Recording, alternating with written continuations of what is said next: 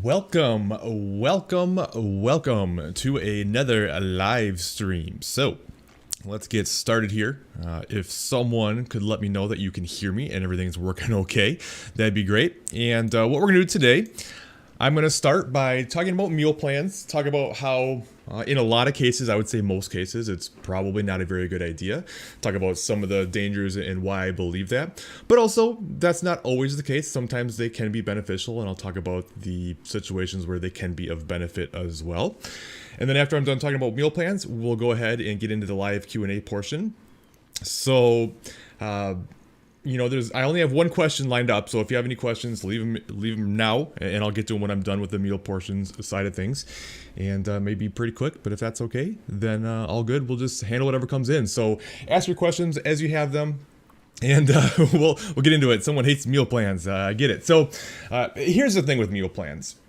The problem is they don't really teach you anything. You don't really get much out of it outside of, okay, like I follow this and I might get some results. But the problem is once you're done, where do you go from there? You haven't learned anything.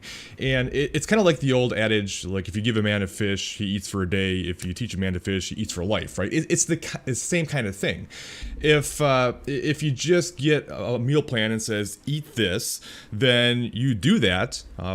But then where do you go from there? If you haven't thought about what you're going to do afterwards, how you're going to maintain your results, what kind of adjustments you're going to make, and you don't learn about what's in the foods you eat, most people have the goal, not everybody, but a lot of people want to be able to get to a point where they can just kind of eat intuitively and not have to think about things so much. But how can you be intuitive if you're just told exactly what to eat and you don't know what's in any of the foods you eat and anything like portion sizes and things like this?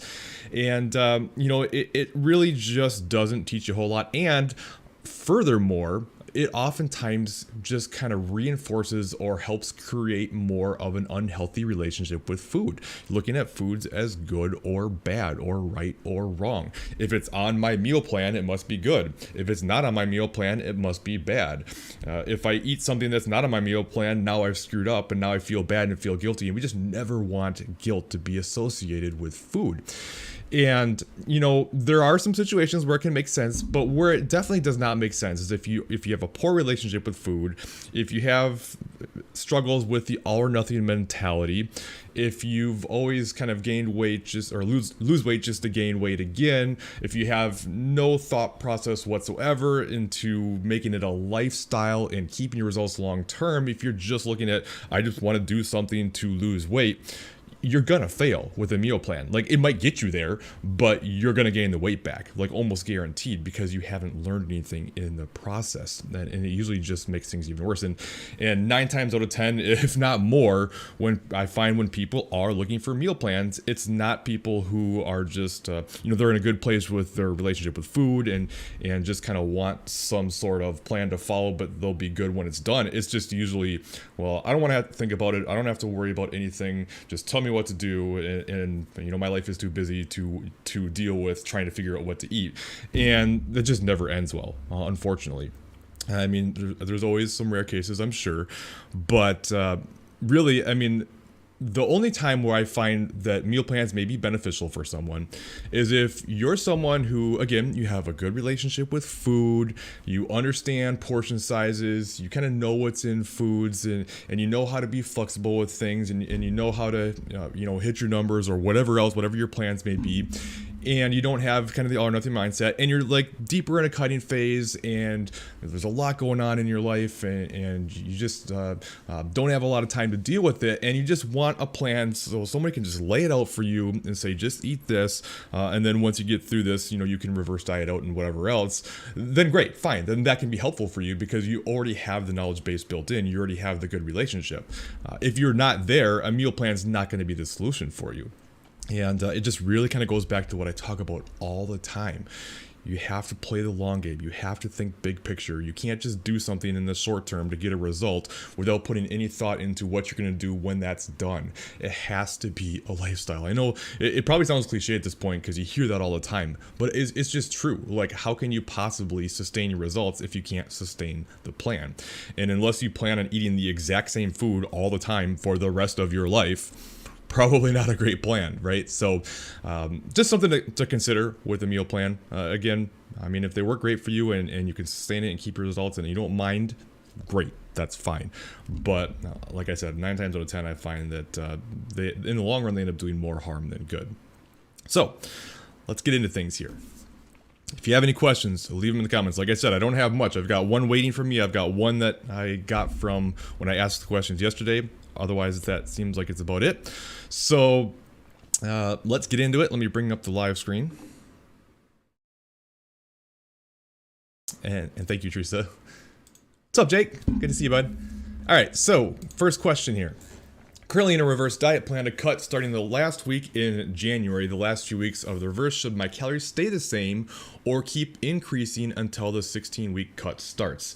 So typically, when you're at the end of a reverse diet, you're just basically holding higher calories and you're not continuing to increase all the way in. Because if you're continuing to increase, then you really haven't kind of like maxed out your metabolic potential, so to speak. Because you're still able to increase, you're still relatively maintaining, so to speak.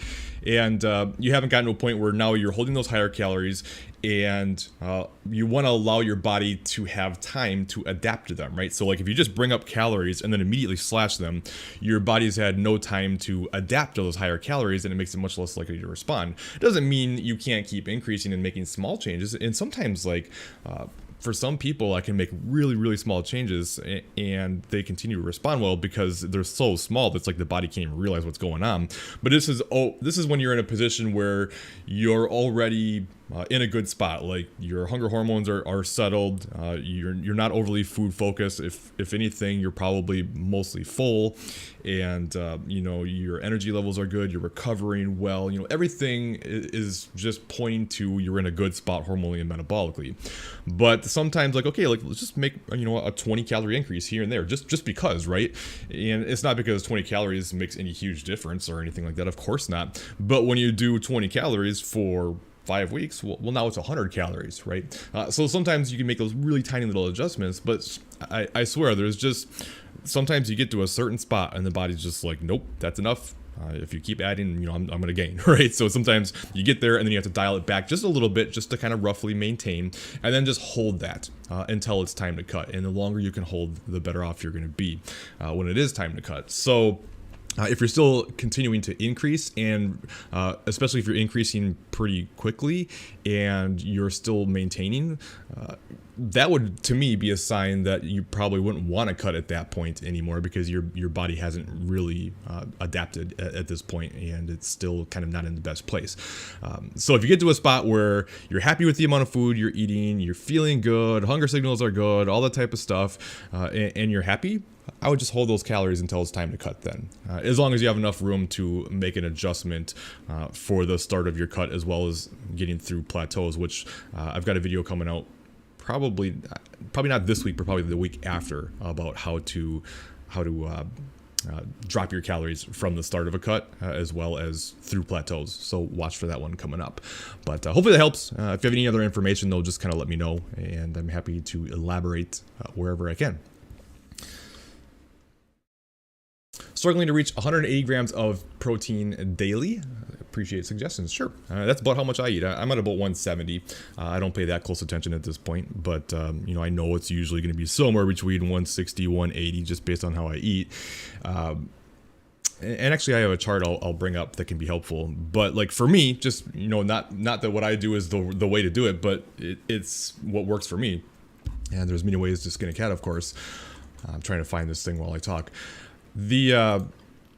What I do is, so my lunch is basically always the same. Not because there's anything magical about this lunch, it's just because I like it. It's easy. I can batch cook and not have to cook that meal every single day. It makes it simple for me, and I don't mind it. But I eat the bro meal. I eat chicken and rice with a side of asparagus, and I usually put chia seeds in my rice as well. All right, so that's my lunch. The chicken is a bigger portion, so I usually get like 50 to 60 grams of protein in that serving. Now, Actually, the video I do have coming up is about how to spread out your protein and how much you should eat to maximize anabolism. This isn't the way to do it because that's more protein the body can use to maximize anabolism. But I'm in a position where I'm just kind of roughly trying to maintain. I'm not trying to do everything I can to get every little result. I'm in a much different position than a lot of people. But there's more benefit to protein than just the anabolic response, right? It's filling, it has a high thermic effect of food, and there's just a lot of different benefits to protein beyond just building muscle. So I like to eat 3 meals a day because I am just not hungry in the morning. I've never been hungry in the morning. I probably never will be hungry in the morning. It's just me. So I kind of in a way intermittent fast, not really intentionally. It's just because that's just the way I kind of like to eat. I eat lunch, I eat dinner, and then I eat a meal before I go to bed. And each one has a large, 50, 60 grams of protein in it most of the time. And then the dinner is going to be something very similar, usually some sort of hunk of meat, right? Whether it's pork or lean beef or turkey or eggs whites, whatever. And I'll bring up this chart to show you in a second, but it's usually that with some sort of carb side as well. I have gluten intolerance, so my carb sources are a little bit more limited. But usually, a vegetable and a side, whether it's a sweet potato or whatever else, and a big hunk of meat. And then my last meal is kind of like my fun meal of the day, where I just kind of like do whatever to get myself to my calories and my protein. So this is where it's much more random, and I eat a lot more. This is where like my fun stuff will come in, a bit more treats and things like that. And whether I'll eat like a protein bar, protein shake with maybe some Greek yogurt, cottage cheese, whatever else to get that in. But that's how I like to do it. So let me bring up this chart. 1 second. There it is.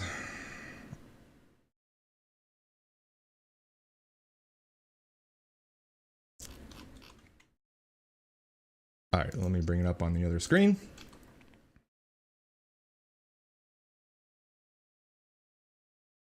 Okay, let me get rid of myself. So this chart kind of like shows you different foods that are higher in certain macronutrients. So the foods that are inside the red is mostly protein without much carbs or fat. These are kind of like a mixture of protein and fat. This is a mixture of carbs and protein. This is mostly carbs. This is mostly fat. So for proteins, I'll just read them all just to help. So chicken, turkey. So keep in mind that's like skinless. If you have the skin, then there's a lot more fat. And we're talking about breast here as well. So chicken, turkey, a lot of white fishes, lean beef. Like I said, you can usually get as low as or as lean as like 96.4 or 93.7 is a pretty common one. Rabbit, I don't know who's eating rabbit, but it's an option. Egg whites because it doesn't have the yolk, which has all the fat. Shrimp and a lot of different seafoods are very high protein, low carb, low fat. Bison, buffalo, ostrich, low non-fat, yogurts and different types of cheeses, like I said, like cottage cheese and things like that. Whey protein, don't be afraid of whey protein. So many people feel like they shouldn't have whey protein and then struggle to hit their protein numbers. And I'm always like, no, like there's nothing wrong with whey protein. It's not magical, but it's not like fake food or whatever either. I mean, if you like to eat it, then eat it, right? Don't be afraid to include it. Some of the plant-based proteins, the ones that are like substitutes, different types of leaner steaks. Of course, a lot of steaks are higher fat, so like a ribeye's got a ton of fat, whereas say like I'm drawing a blank. Well, what's the name of it? Filet mignon's usually pretty lower fat. Flank steaks, things like that. That must be on there twice. And things like that. So those are different options that you can have. Let me go back to the camera. And my favorite protein bar. So I like the Robert Irvine Crunch bars, the peanut butter ones. They're a little bit less protein than some of those. And the problem with protein bars is they usually have a lot more carbs and or fat than like if you do like a whey protein shake, it's usually, especially if it's isolate, is going to be almost all protein. Whereas So you'll get like 25 grams of protein for maybe like 110, 120 calories. Whereas a protein bar, oftentimes you're getting, 16 to 20 grams of protein for like 250, maybe even 300 calories. So you don't quite get as big a bang for your buck with them. But there are a few that are tasty. A lot of them are just not good. The ones that I do like, the Crunch Bar, especially the peanut butter chocolate, but I'm Mr. Peanut Butter Chocolate. Like, there's no such thing as peanut butter chocolate that's not good to me. It's always my favorite. If you're older like me, you may remember PB Max. Do you remember that from the 90s? The greatest candy bar in the history of the world, and I'm still sad to this day that they don't have them anymore. Man, they were good. But anyways, besides that, I like the peanut butter Quest Hero bars, not a regular Quest bar. I don't particularly care for the regular Quest bars. To me, they're kind of chalky and chewy. The Hero ones have kind of like a crispy kind of a crunch to it, and I think that one's really phenomenal. Sometimes I'll do the 1 bar peanut butter chocolate. Again, everything's always gonna be peanut butter chocolate for me, but the 1 bars are okay. They're not the best, but they're decent. I'll eat them. Outside of those, I don't eat very many different protein bars, but if anybody has other suggestions, certainly leave them in the comments here. Exactly. And yeah, so sometimes I'll do that too, especially in a cutting phase where I'm trying to keep calories down and eat things that are more filling. What I'll do is I'll take my Core Nutritionals whey protein. So I like the chocolate peanut butter one. And for what it's worth, if you want any Core Nutritionals products, you can use my discount code Colin, COLIN, to get 20% off. That has been recently bumped up. It was 15%. Now it's 20% off all Core Nutritionals products. So anyways, I'll mix. One of my favorite things to do is mix that whey protein into a serving or two of steel cut oats. I like to cook up the steel. I personally really like the steel cut. You can do it with any type of oat, but I like the steel cut oats, and I'll mix it in there together, and it makes the oats much more tasty and much more high protein and really helpful. Like you said, you can do things like pancakes and whatever else and bake with them. I don't do a lot of that stuff personally, but it's definitely can be helpful, and just it can just really help get protein up.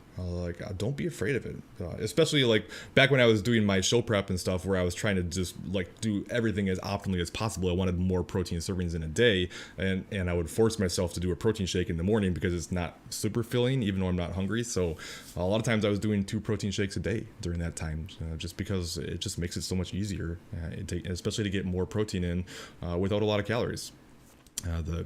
It just can be super helpful, so don't be afraid of it. I usually eat out 2 or 3 times a week, probably much more than most people would think. It will change depending, so if I'm in a deeper cut, it might be a little bit less, but there's always options. Like, you can always go out. Even when I was on prep, I still ate out basically at least once every single week until the last handful of weeks where I really just wanted to dial things in.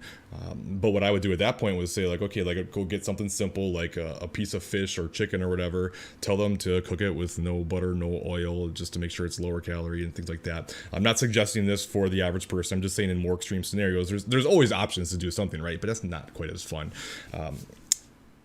So the biggest thing is, what do you order, right? And I think where a lot of people really struggle with eating outside of things is they feel like, well, I don't know what's in the food that I'm eating here.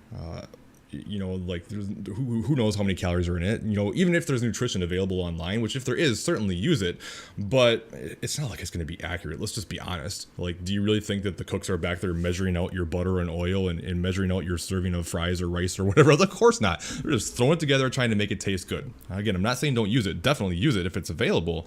And if it's not available, it's just use something that's similar from a restaurant that does have it. And even if it's not available and it's not anything that you would find anywhere else, just if you're tracking, all right, I'm not saying that everyone has to track, but if you're tracking, just give it a best guess. Just roughly ballpark it and roll with it. Where people get in trouble is they go, well, I don't know, so what's the point? I might as well have this, and then because I've already off and I've already screwed things up, now I might as well also have 3 beers and also have a dessert, and then come home and pile down 5 servings of my favorite cereal or whatever else, right? And just go crazy because you're off. No, just ballpark it, roll with it, call it good, and just move on with your day.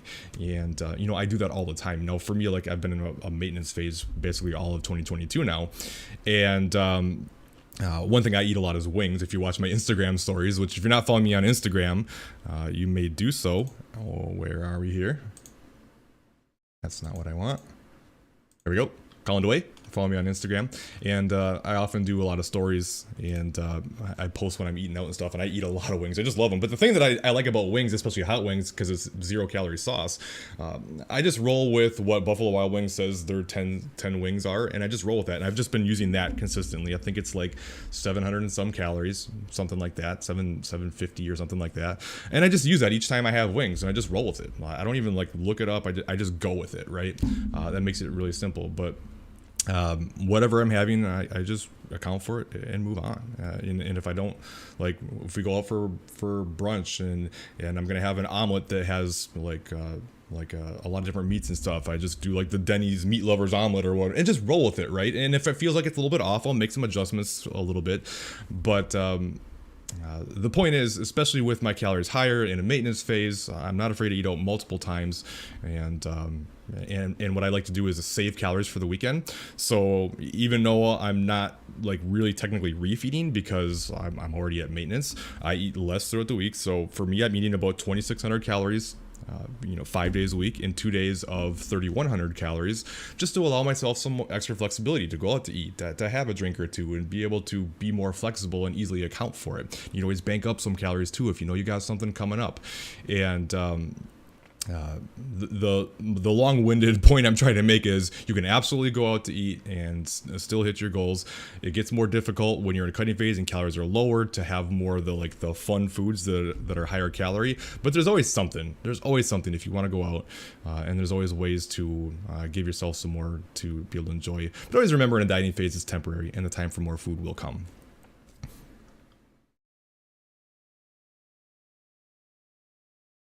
Of course, anything's okay. Just fit it into your numbers, right? Like, as long as you're accounting for it, you can have anything. The nice thing about chicken and broccoli is yeah, it's filling, it's lower calorie, it's higher protein, it's nutrient dense. Beautiful.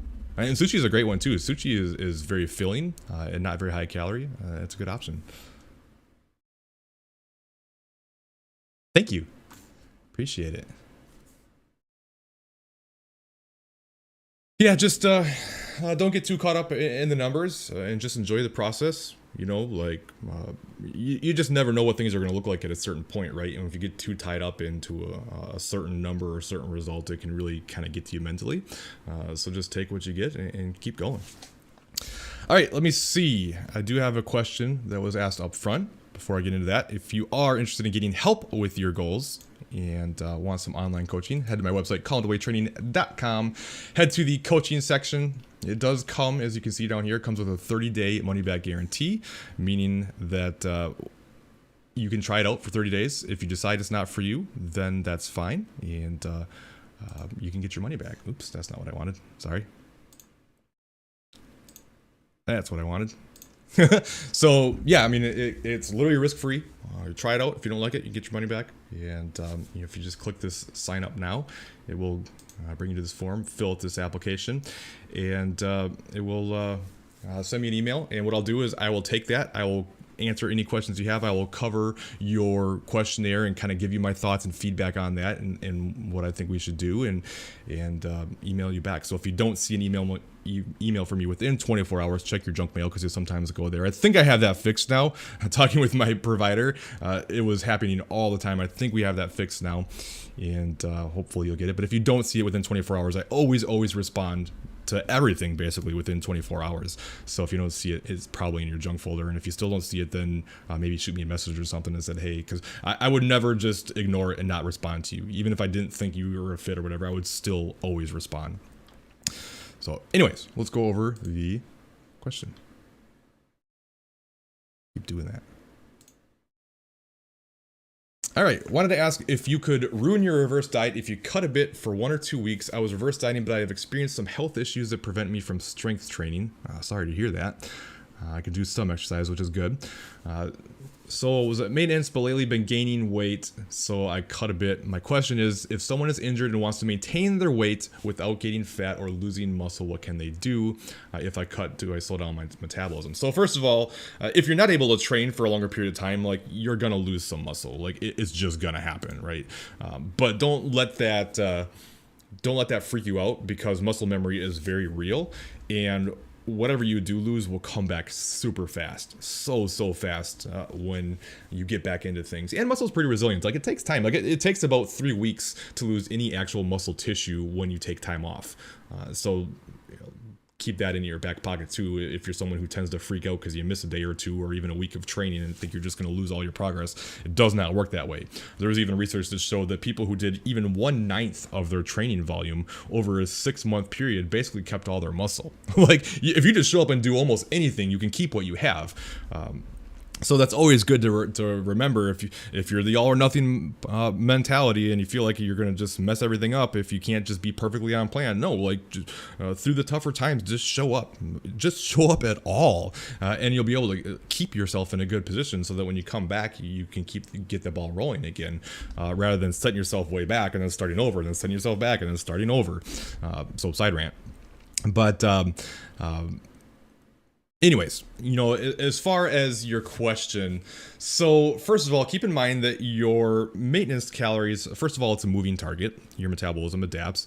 Keep in mind too that depends on your activity levels. So if you're eating a certain amount of calories and you're regularly exercising, and now you have to stop exercising for any various reasons, well, now you're not getting that extra expenditure, so now your maintenance calories is less.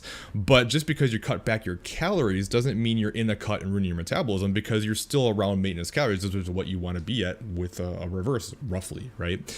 And so if you dial it back to roughly maintain on a little bit less, maybe drop 10-15% of your calories or so without the activity. That's very broad, that's an oversimplification, but that's an option. That's not going into a cut, right? So you're not doing anything in your metabolism at that point. You're just accounting for the extra calories that you're now not expending anymore. So it is calories in versus calories out. Now, that's complex. I have videos about that. I don't want to get into that in this video, but as a whole, it is. So what I don't recommend is, for most people, doing an actual cut, like a mini cut in the middle or reverse, unless you're someone who's in a really good position.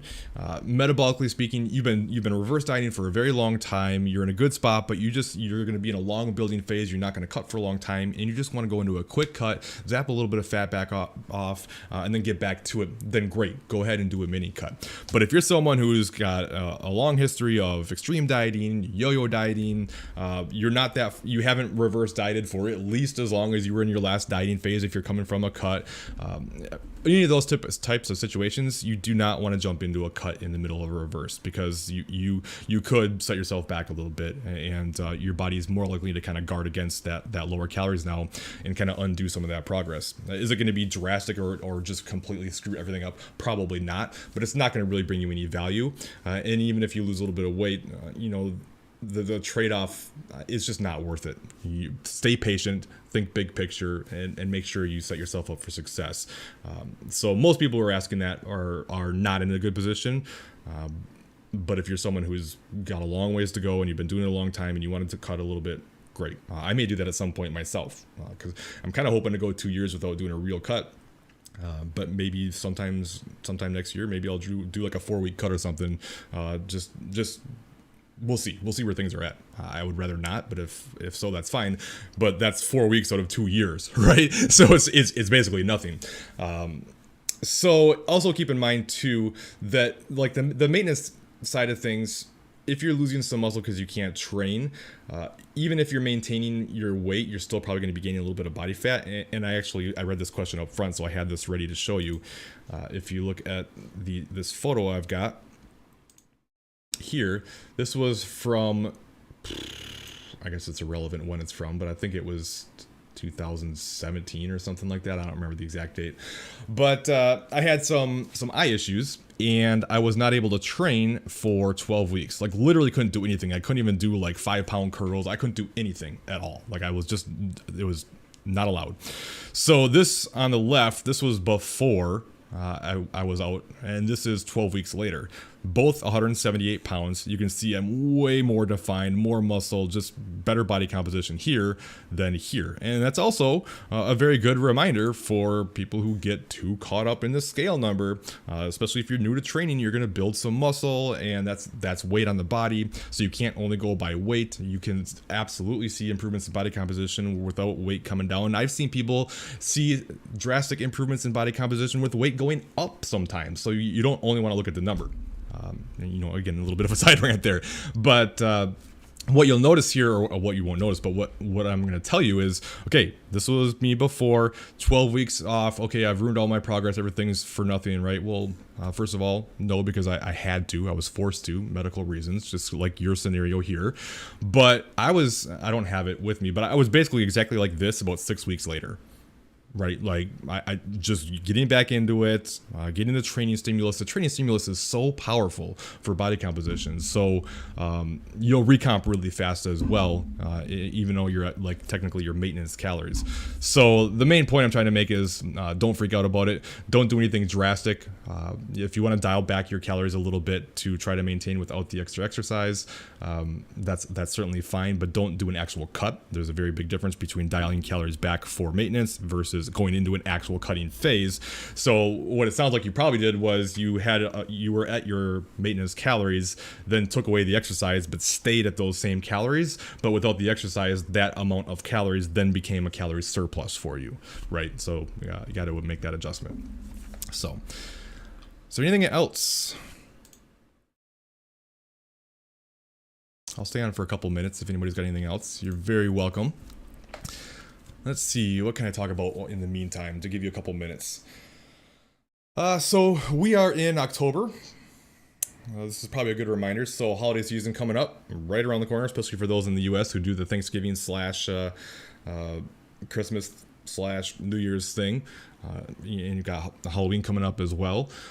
Usually a pretty difficult time of year to stick to the diet, and especially in a cutting phase and be on low calories. This is a very good time to, if you are cutting, possibly stop and start getting your calories back up. Start working the reverse diet. Start getting your hormones and metabolism into a better spot so you can handle more calories, so your hunger signals are better, so you don't go into that time of year where it's difficult, ravenously hungry all the time. You don't want to fall into what so many people do, and it's like, especially like crash diet, like hard. Oh no, I'm going to see my family and stuff, so I need to, get in better shape. And then they just diet hard into the holiday season, crash their metabolism. Their hunger hormones are all jacked up, and now you go into it and there's all this fun food around and lots of occasions and get-togethers and stuff, and now you're just going crazy and undo all that progress and then gain even more, and then try to come back after the holidays to diet again, but your metabolism hasn't recovered from what you've done prior to that, and it's just like a nightmare, right? So why not take this time, get into a better spot to be able to enjoy that extra food and the extra flexibility, and put yourself in a better position now. And then afterwards, if you want to jump back into a cut, great. You'll do something from a better position. Just something to consider. There's no right or wrong answers. Everyone's different. Some people can cut through the holidays just fine and it doesn't bother them. A lot of people, not so much, right? So if you're still in a cutting phase now and you struggle with the holiday season, I would strongly encourage you to just start the reverse now. And remember, you got the whole rest of your life ahead of you. So, well, it looks like that's it. Pretty short and sweet today, but that's okay. If you need anything, you always know where to find me. Like I said, if you're interested in online coaching, head to my website and fill out an application. And, feel free to comment on any video, and I will always get back to you. And I hope you have a wonderful weekend. How do I stop this thing? I always have a hard time finding this. There we go. Peace.